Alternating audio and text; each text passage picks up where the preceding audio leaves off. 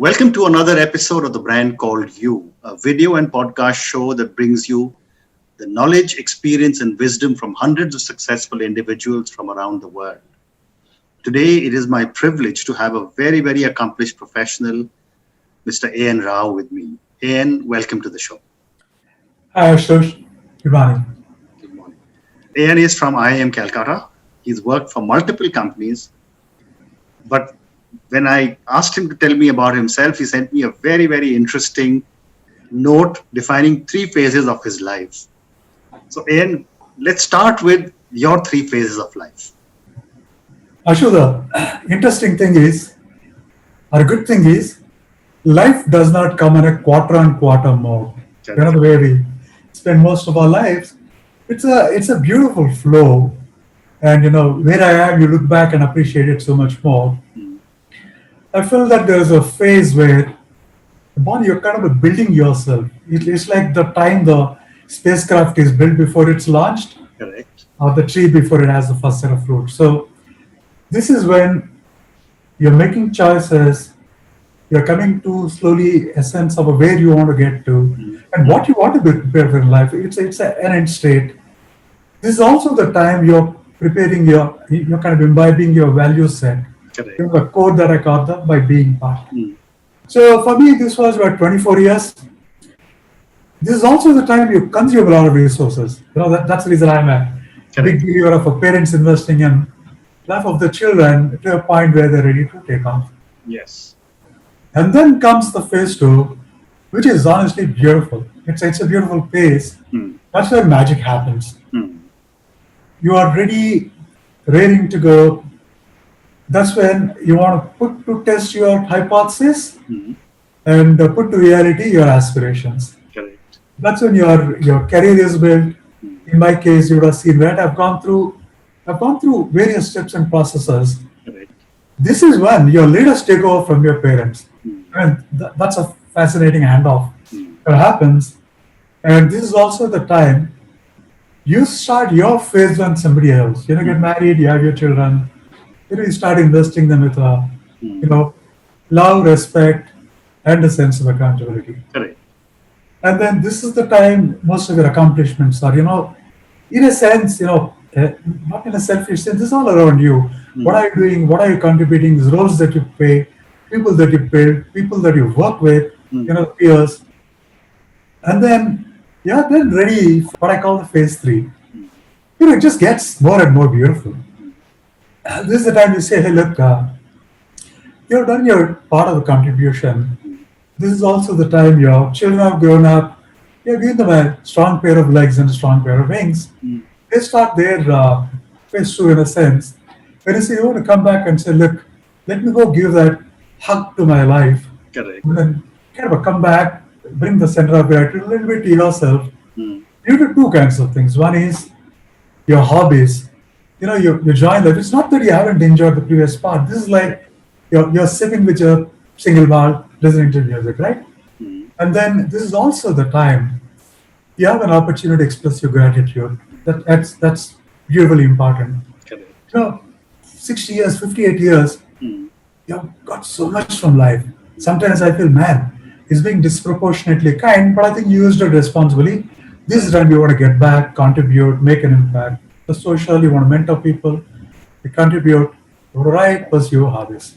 So I'm sitting pretty in my phase three, Ashutosh. That's very good. What about phase four, which is vanaprastha? I'm not a vanaprastha guy. Okay. But what will happen in phase three is, I keep kidding saying, God designed the body to be 120 years old, but I don't think it'll last that long. 85 years is what the current standard is. Next 15 years, I'm going to be physically very, very active. I'm going to travel a lot, write, photograph, meet a lot of people. After that, you'll get a little realized you'll slow down. It's not vanaprastha really. That's the time your spiritual quotient is going up a little bit. You'll continue to read, you'll continue to learn. Correct. So that's why I said just three phases. Maybe this is fascinating because I have a book on retirement.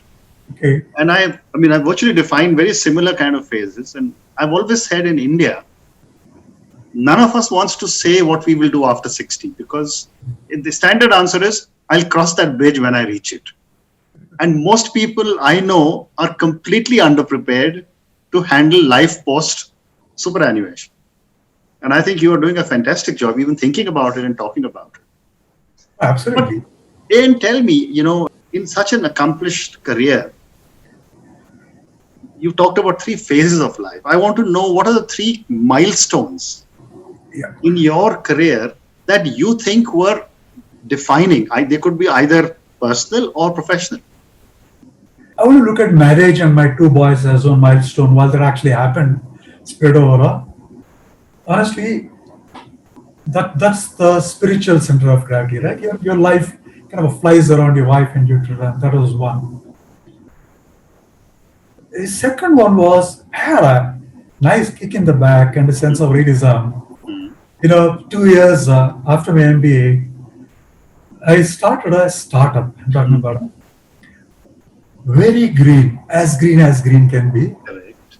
but a lot of aspirations. It blew up. Ashutosh. I don't quite shy of saying it, but an enormous lesson. It's an enormous lesson in what you have seen me written, saying it all happens for a reason. Teaches you equanimity, and each time I had a kick in the back, it also was the kick into the next orbit. Correct. That's why I moved to Bangalore. The real major part of my career started up there.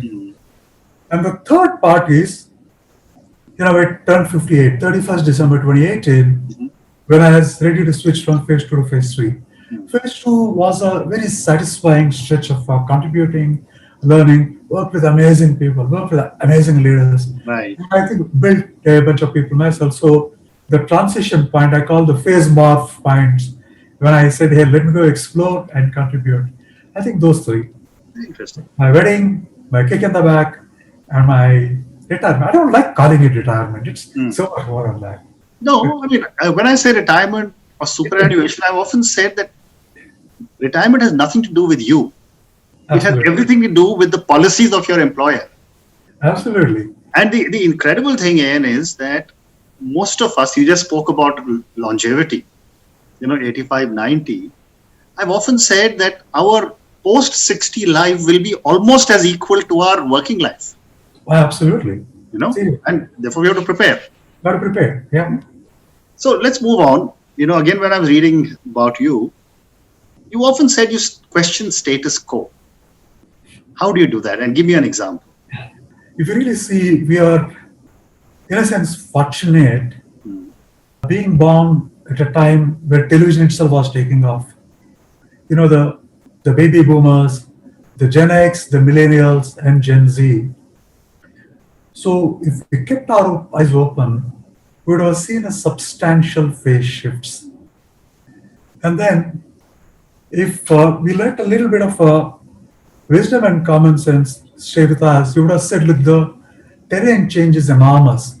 Not only that, I think fortunate to have gone through industry 2.0, industry 3.0, and into industry 4.0. Then what dawns on you quickly is how short the half-life period to obsolescence has become. So that kind of wakes you up. You say, look, there was a time where you could learn a skill and spend your entire career on that, mainframe coding, for example. Now any skill is obsolete in 3 years. Then you realize that, look, there are 2 things out here. You want to stay relevant, so you have to question your own status quo, because if you don't shut yourself down, then man will do. And the second part is the opportunity that's coming up. You say, look, what got you here won't get you there. Let me go do that. Correct. Second C is, there are 2 things that are changing around you. The people that you work with are growing up in a very, very different socio-technological business environment. So to connect, you have to change. You have to shut down whatever made you successful. But you won't believe it, towards the end of my formal career, when we met a customer, I used to be almost embarrassed of saying I bring in 30 years of experience. He said, 30 years of experience? Oh my God, you must have met T-Rex. So what he said was, what has been your own strength, you have to question. What you got your kick out of, you got to question. What got you a last pay packet, you got to question. And there is the other part is, we got educated in an environment where Life was a zero-sum game. They said if you got 100%, we got a gold medal, you touch the edge. Not so anymore. They're saying, beyond the edge lies the realm of opportunities, the realm of ideas there. So unless I think you question that 100, you'll not go beyond 100 plus. So I think it's a many things. You're Well right said. to it. Well said. There's another quote again from your note, which says, where you said that you must have divine dissatisfaction till you live your potential. Help me understand this comment. So this again comes from where I just left it. When I finished, got my BTech, I got my university gold medal. I said, man, I really pushed it to the limit. Before I quickly realized that in the process, you set the goal very wrong. For example, I did not focus on reading, I did not focus on hobby, but I was bloody good with mechanical engineering. So we said, look, if you don't keep pushing the goalpost, and to quote the Visa CEO, feel stupid at least once a day, you'll anyway slip into mediocrity and irrelevant. So that's the reason I said, look, what was great yesterday is great, give yourself a little pat on the back, feel good about it. You got to come today and say, look, what more? What am I going to learn? What else am I going to do? That's why you see my whole career was about 10 or 11 completely unconnected functions, automates, areas out there. So you say, look, you don't reach more if you're happy with Basecamp. Then you would get dissatisfied, move to the next. Divine dissatisfaction is different from frustration. You're not frustrated as there you are. You're actually excited to, move somewhere else. That's the thing. Yeah. And I think I stay so even today. Okay. And then there's another quote that I have from your thing. I really enjoyed reading that. Very interesting note.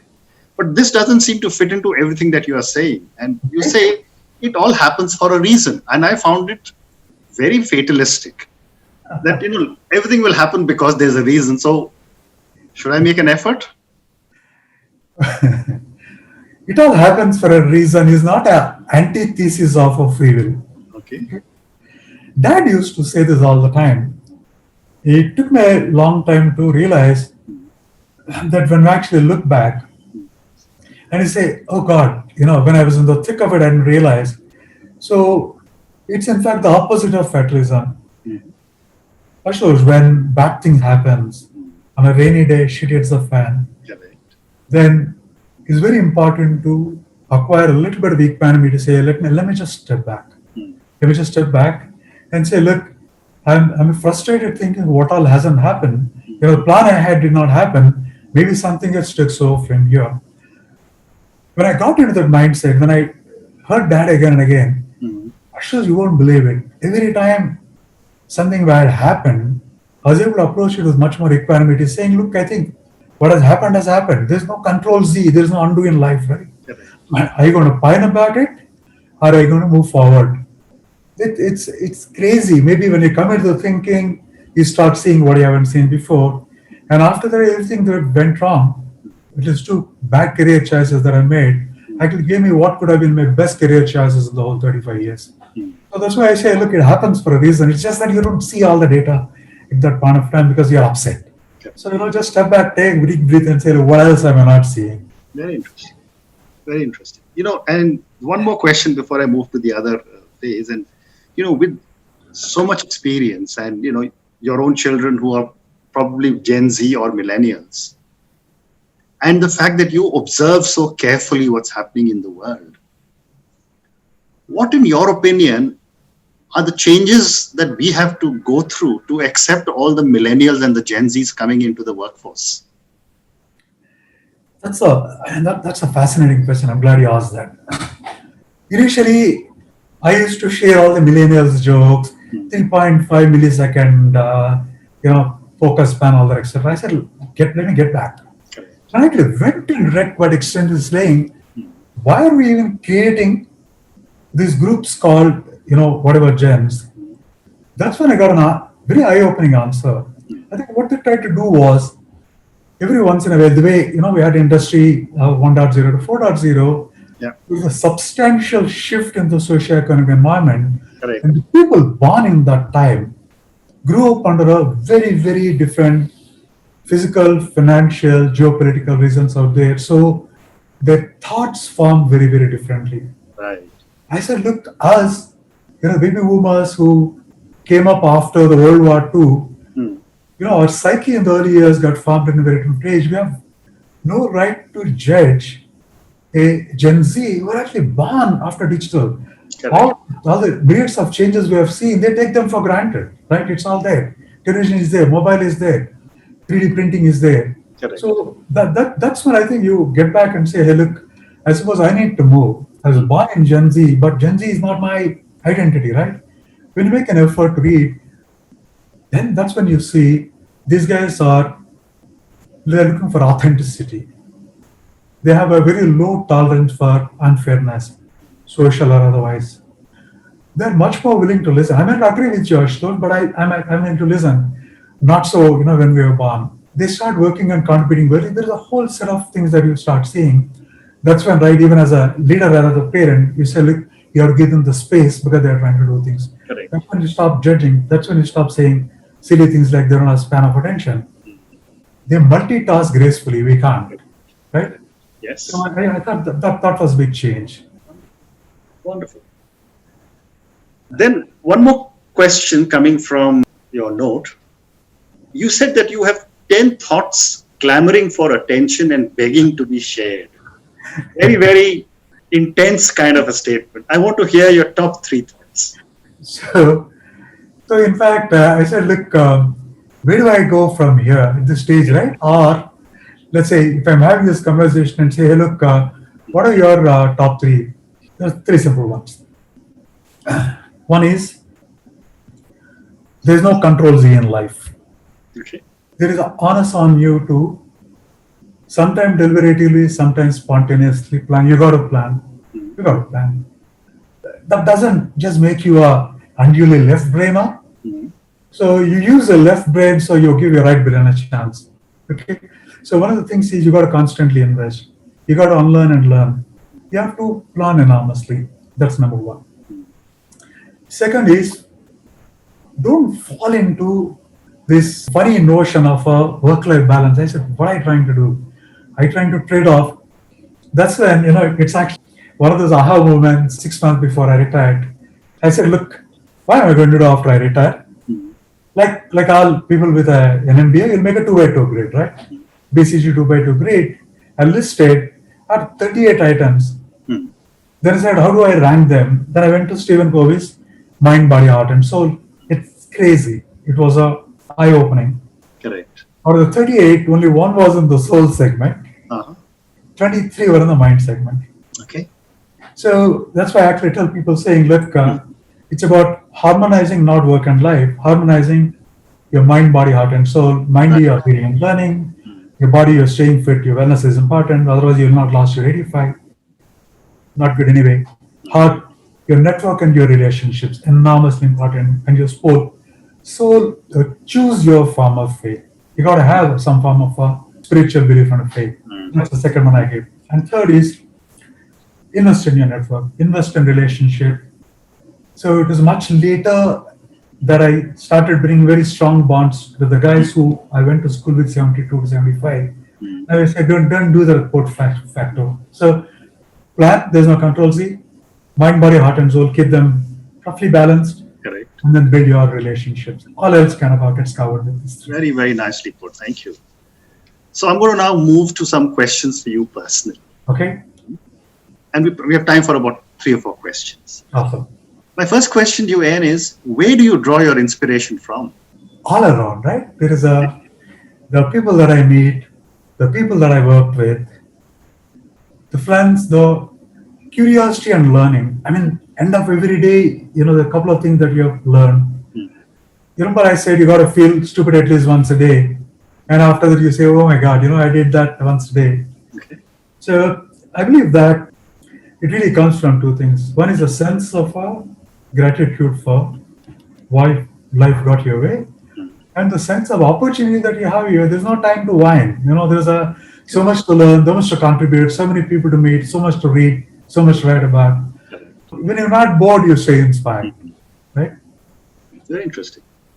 And therefore, following from that, the next question is, what does success mean to you? Did you read Ralph Waldo Emerson's definition of success? No, I haven't. I ran into it a long time ago. Let me see if I can recall it. I tried to define it in many ways, but I said, look, let me not do what someone has beautifully done for me. Mm-hmm.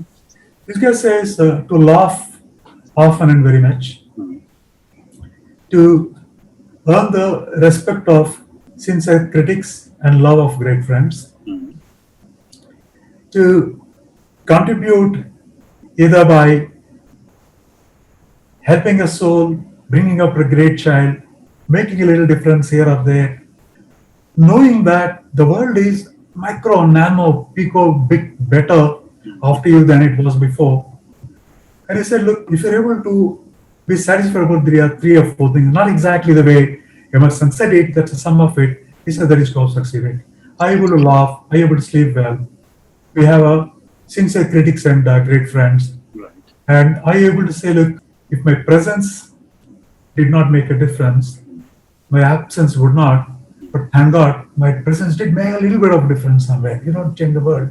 Understood. I don't know if it's is it very abstract? No, it's not. It's not. I mean, you said it. I mean, if you can laugh and if you can sleep well, and you have a group of good friends, that is an amazing way to think of success. Absolutely. Wonderful.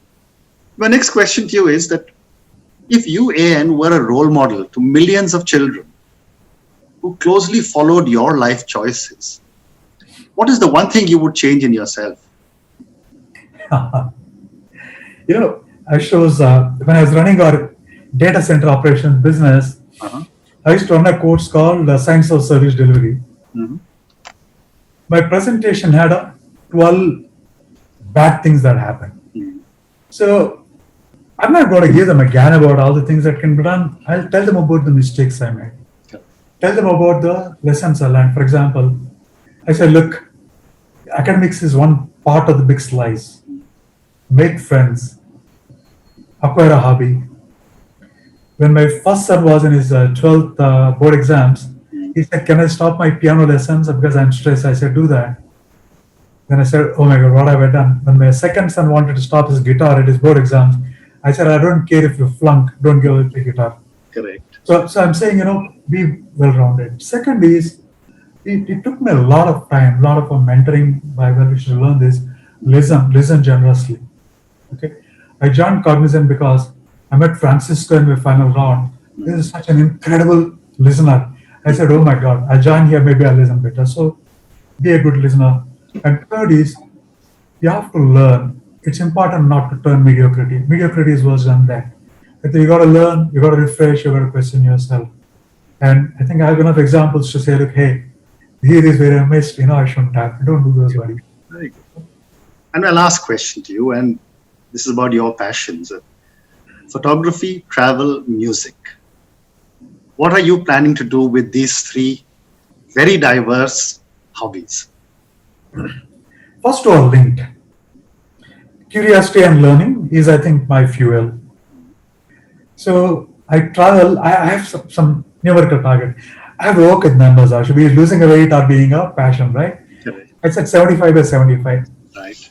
I should have visited 75 countries by the time I'm 75, see all the continents, see all the places that have a diversity of people, okay, geography, history, and the Mayan, Incan, Aztecs, whatever.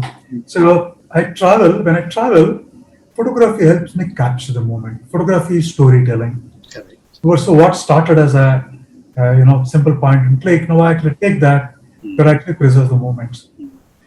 And then writing, because I realized that reading has been one of the best gifts, right? I'm glad. I said, look, things that I feel really good about, very passionate about, can I actually share? That's why I learned to build my website, just started my blog and travel blog. So three are very, very interlinked because they capture the process of living. You're traveling, meeting, learning, Sure. capturing the moment and sharing. Wonderful. And that keeps you busy. So I agree. And thank you so much. It's been such a pleasure speaking to you. I wish you lots of success in everything that you're wanting to do. Good luck to you. Happy phase 3, right? Absolutely. Absolutely. Ashish, thank you so much. Pleasure sharing some thoughts. Thank you. Thank you again.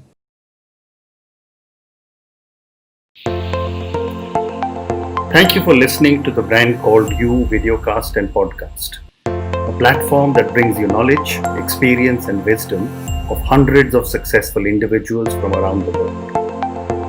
Do visit our website www.tbcy.in to watch and listen to the stories of many more individuals.